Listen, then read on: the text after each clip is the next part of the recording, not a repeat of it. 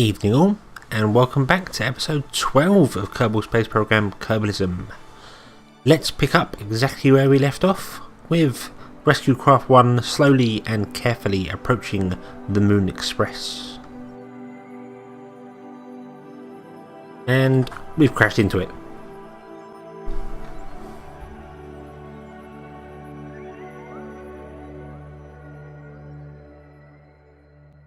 That wasn't the ideal situation. I'm now not sure where our retrograde marker actually is. That's prograde. Retrograde will be over here. There we are. Retrograde. Now turn on RCS again and fire.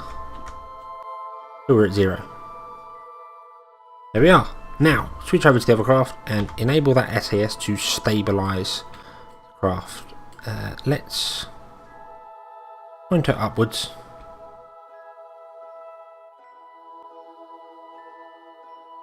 Seems like a very simple thing to do. There we are. Same for this one, point it upwards slightly.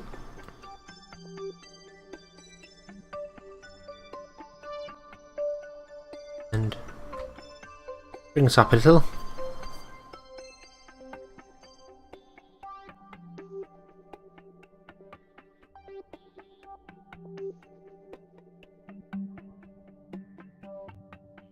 There we are. Now, Bill,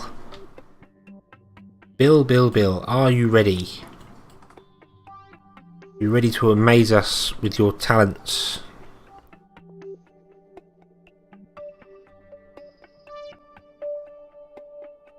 There we are, face the winch in roughly the right direction, make life easier. And Bill, away you go! So, for the Kerbal attachment system, tab to bring up his inventory, right click and equip the wrench. That's the first thing. One thing I always used to forget back when I used it many moons ago. I was wondering why I could never get the thing out, but all because I kept forgetting about that. Now, holding H and clicking on one of these docking adapters, we'll take it off, and then tab again, hold G, grab and drag. All the time whilst holding G. If you let go of the G, the grab button, it actually will drop it on the floor, which in space there isn't a floor. So, not the best of ideas. Now again, drag it out from the inventory, and then hold H, click, and that will attach it. Again, very simple controls, very easy to know. Right click to grab the adapter. Right click on the point. You can probably hear me slapping the keys because I'm not quite used to how the RCS on a Kerbal works. It's very reactive. And there we are. There we are. We have it. The two crafts are attached, meaning they now share their resources. In theory, you could deorbit both the craft together and then unattach them, but I'm not going to do that. I would much rather transfer some fuel across, grab on there, and board. There we are. Now, I would much rather transfer some fuel across from one to the other. So, first and foremost, I am going to move the fuel into the smaller tank.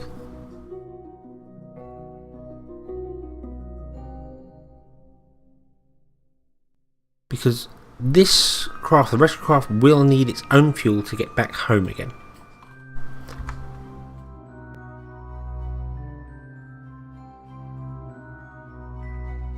It will need get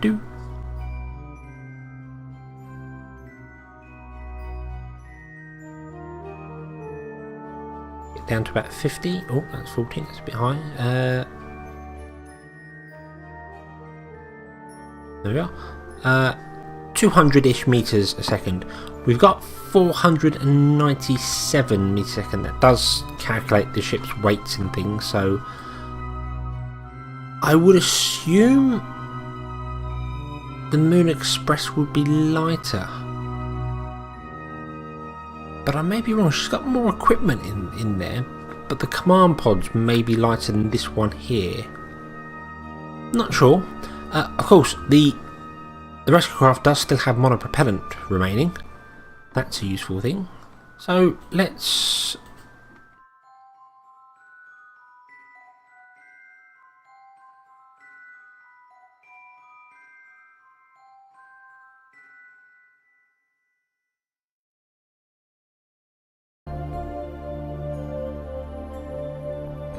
I think that's about even between the two. What do you think? If I shut down that engine, that's 261. If I shut down that one, 181. So this one doesn't have enough, but it does have the RCS.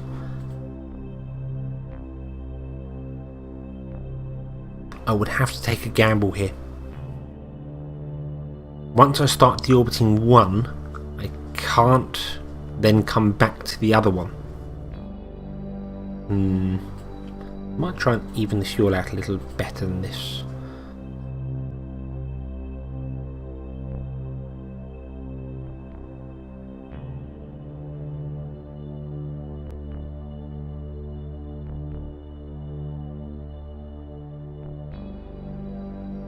Of course, I'm going on the size of the bars, and they're two different size fuel tanks. I should read the numbers. That may be a good idea. There's no way to even out the fuel that I know as well. Actually, yes there is. Yes there is, now I think about it. Yes there is. A very easy way to even the fuel out. Put it all in the small container. Open up the two larger containers and just tell the small container, out you go. That will drain the tanks evenly into the larger ones. There we are. Look at that, nice and easy. So if I now shut down this one, that's 231 on this craft. And if I shut down that one, it's 218 on that craft. Cutting it a little close. But we should be fine. We should be absolutely fine. And I can remotely unplug that. And then wind this in. Retract.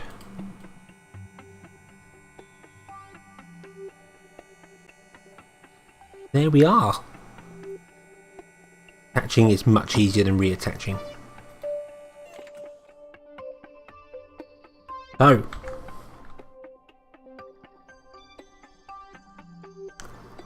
we need to go round to Apoaps. I am going to fire up the RCS and push us away. Just a little bit.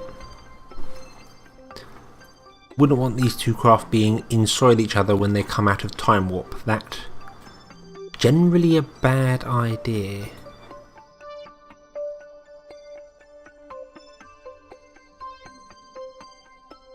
Interesting.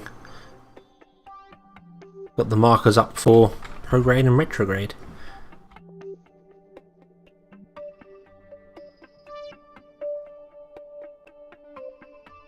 That would have been because obviously Gracie has a higher rank than Jensky, so he can do that.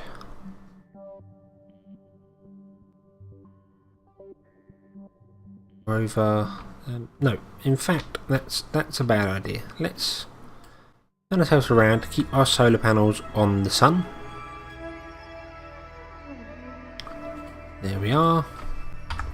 And let's do the same for this craft. Let's solar power onto the solar, and let's warp over to the Apoaps. Not sure where the other craft got. There it is. Rescue craft 1 is 1 kilometre away. That's good. That's very good. Oh.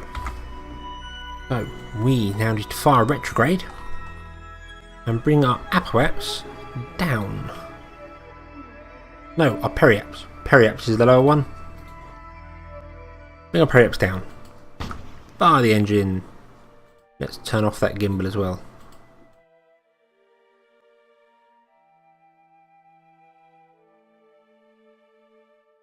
Lots and lots of fuel remaining. Drop ourselves down to about 50. There we are, 49. Now quickly switch over to next. Switch to.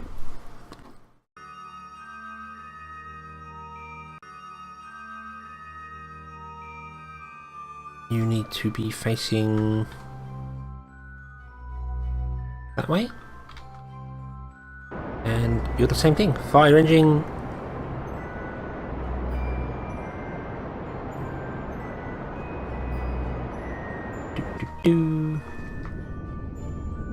Yes, I think this is much heavier. The Rescue Craft 1 is a much heavier vehicle. Took far longer to slow down than the other craft did.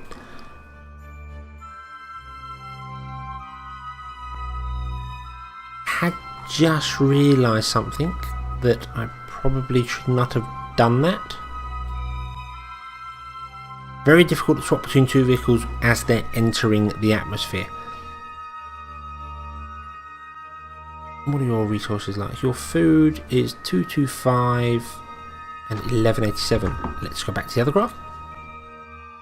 Let's in fact get rid of that manoeuvre. Off you go.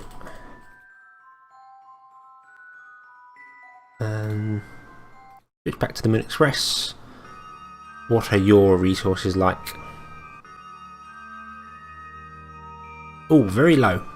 Much 245 and 1. Actually, no, technically higher because you've got large storage. So either one of them can come down first. I think the rescue craft should come down first, purely because this one has more fuel. One's got slightly more fuel, so you can afford to make the manoeuvre back up and down again.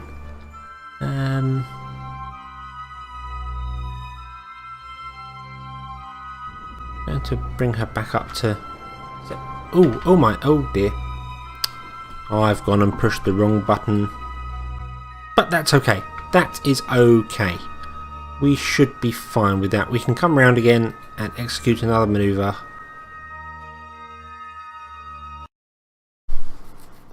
Let's bring our rescue craft down first, shall we? Seems like a rather good thing to do. So, accelerate time through. The Mun Express batteries are almost empty. I bet I left her not facing into the sun. The drawback to having not unlocked. Nope, she should be good. Let's turn off her SAS. How strange. How very strange indeed. I would guess her SAS drained it out, but the drawback to not having deployable solar panels yet. That means you've got to keep making sure the orientation of the craft is enough to. There we are, relax, it's back. The orientation of the craft is always pointing towards the sun.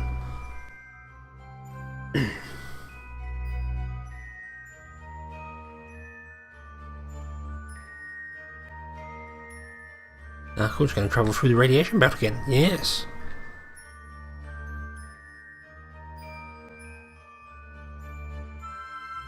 So here we are at 80 kilometers up and coming in 3,000 meters a second. That's pretty damn fast. Pretty damn fast indeed. we will want to slow ourselves down.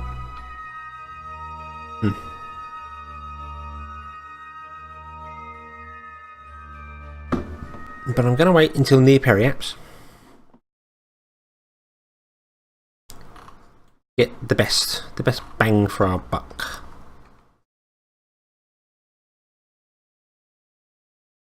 Things are going to get pretty hot here. Yes, they are.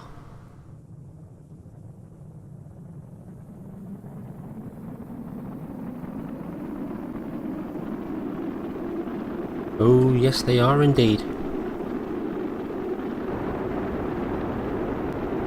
Burn the rest of our fuel off, just trying to slow us down a bit more.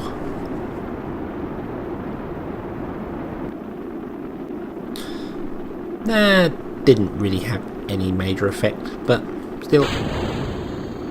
Now we can drop that part off.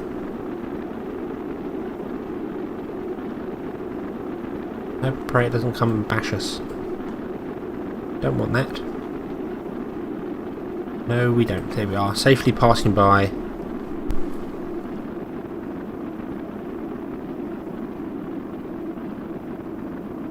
It's going to take a number of turns through to slow us down. We have got the large heat shield on here. That should be good for several passers-bys. And even without SES, the craft will naturally fall back to the heat shield being on the bottom. Doesn't follow the laws of aerodynamics, but I'm guessing the heat shield is just much heavier and gravity pulls it down. Don't actually know the science behind them.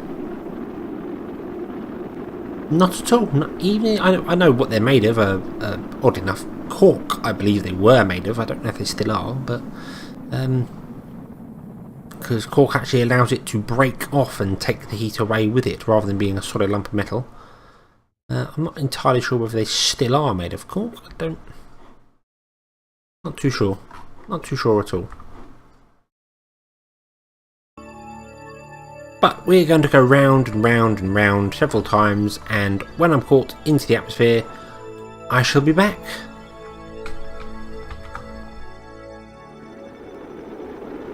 And we are finally, after many goes around the planet, caught in its gravity. Hoorah! We're coming down on the dark side. The Mun Express is still a long way out yet.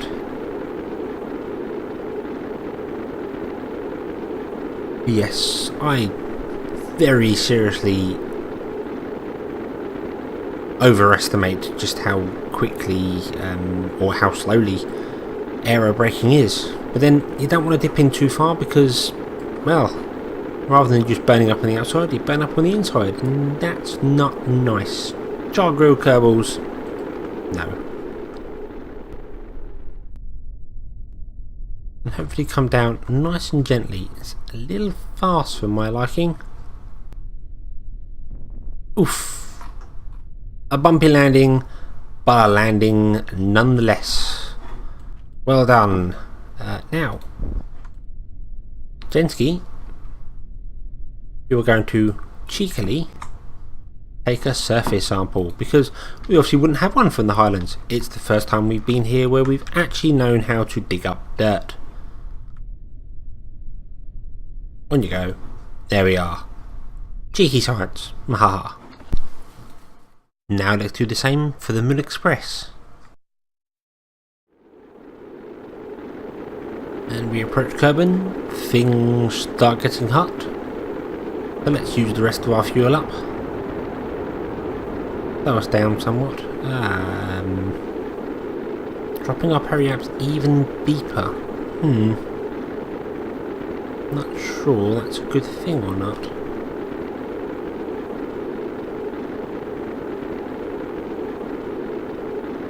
Well, we're going to lose the landing gear, that's for sure.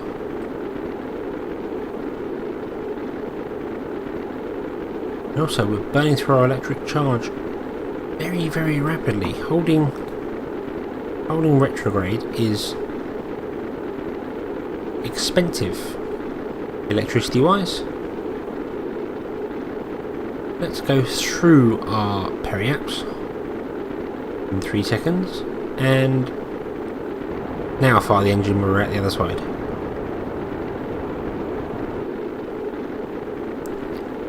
We are one used engine.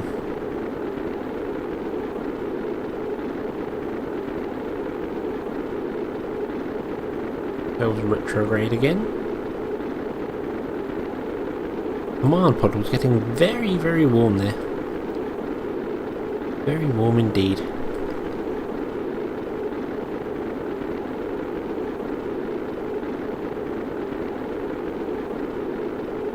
I should really detach the rest of the ship, but I'm leaving it on there just for the minute because I want to make sure it protects the front of the vessel going in this deep first time round. We do have a heat shield here, somewhere. I'll put a heat shield on here. Yes, there we are. Oh, that's a stacked a couple of. That's our heat shield in there. There we are.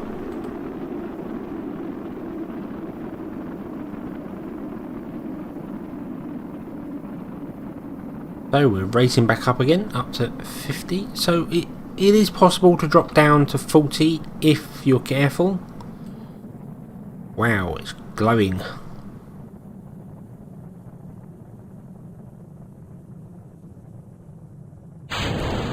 Let's detach that part there.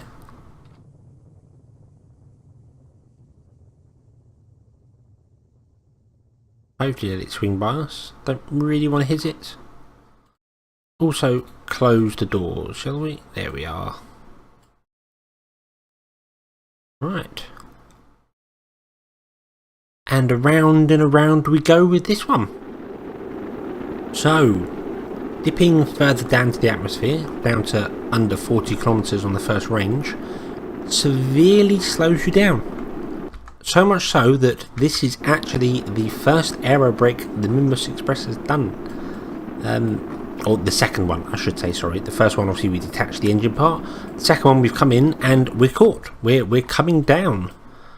I'm quite impressed with that. I did have to watch a little bit of things getting warm. The reaction control wheel, or the food container, sorry, I should say, that was the one that was starting to overheat, which just is odd to me, considering the parachutes and things are poking out the side. But anyway, a little bit of manoeuvring around just to make sure she didn't overcook herself. Cook food. Well, I suppose anything could be better after you've been out in space for... The clock says 3 days. I feel that Gracie and Doodlo, you've been out there a lot longer than that. A lot longer indeed. You've gone through almost 1,000, you've got over 1,000 food. So, if 100 food was approximately 10 days for one person, that would mean 1,000 food would be 100 days, which makes it 50 days. Or thereabouts. That's very quick math. It's probably wrong. But we are coming down. We are caught in the atmosphere. We're still rising at the moment.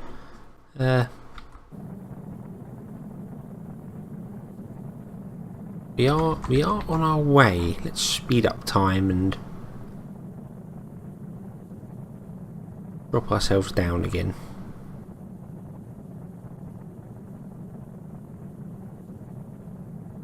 Here we are on final descent. We're going to land on the land, I think. Going to make sure nothing overheats on the way down, because the atmosphere will get thick quickly, and we're going very, very fast indeed. 2,200 meters a second. I'm not sure what that is in miles an hour. I will go with fast. Very fast.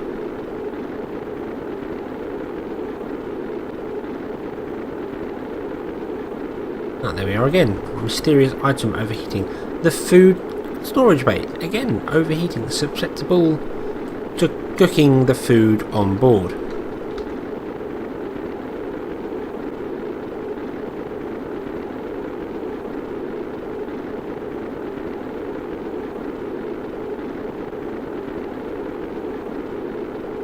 The other strange thing is we're still being pulled one direction, one side.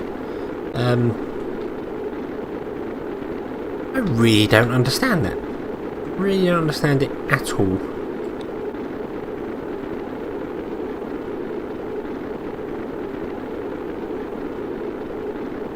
Yeah, the food bay is getting very hot very quickly, and I can't do a great deal about it. I'm trying to keep us retrograde. It's just not having it. It doesn't.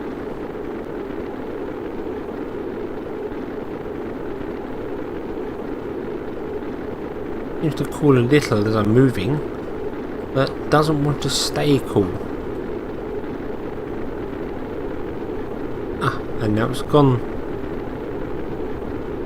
How strange. How strange indeed. We're still going very fast, I think. Ah, there we are. We're out of the flaming stage. With 12 kilometres left. Good. Good, good. I was a little concerned there, thinking we were coming in a bit hard, a bit fast.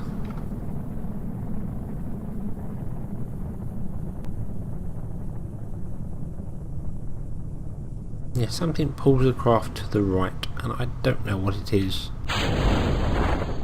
Drop our drogue chutes off. Lower us down enough so that our main parachutes can drop. There we are. And there we are. All laying down on Kerbal's grasslands. Ah, I think that may be another roll over, if we can. Stop. There we are. Doodlo, you're the scientist. Oof. Haha. Take a surface sample. Yes, well done. You don't have one of these. Now, you need to attempt to climb back up onto this thing. Come on, there's a way to do it. I know you can do it. I believe in you, Doodlo. Up we go, up we go. There we are. Well done. Well done. Board. Recover. And for the first time in a long time, we can say every Kerbal came home. Every Kerbal is alive. And we have 219 science to spend. Increased our money somewhat, bringing some of that ship back. And Gracie and Doodlo have both increased to level 2. Ah, new wonderful things for them. And that brings us to a close for this episode. In the future, I do intend to edit out those descents because I think we've all seen enough of them for now. So, thank you very much for watching. I hope you've enjoyed this episode, and I hope to see you next time. Until then, as always, have fun.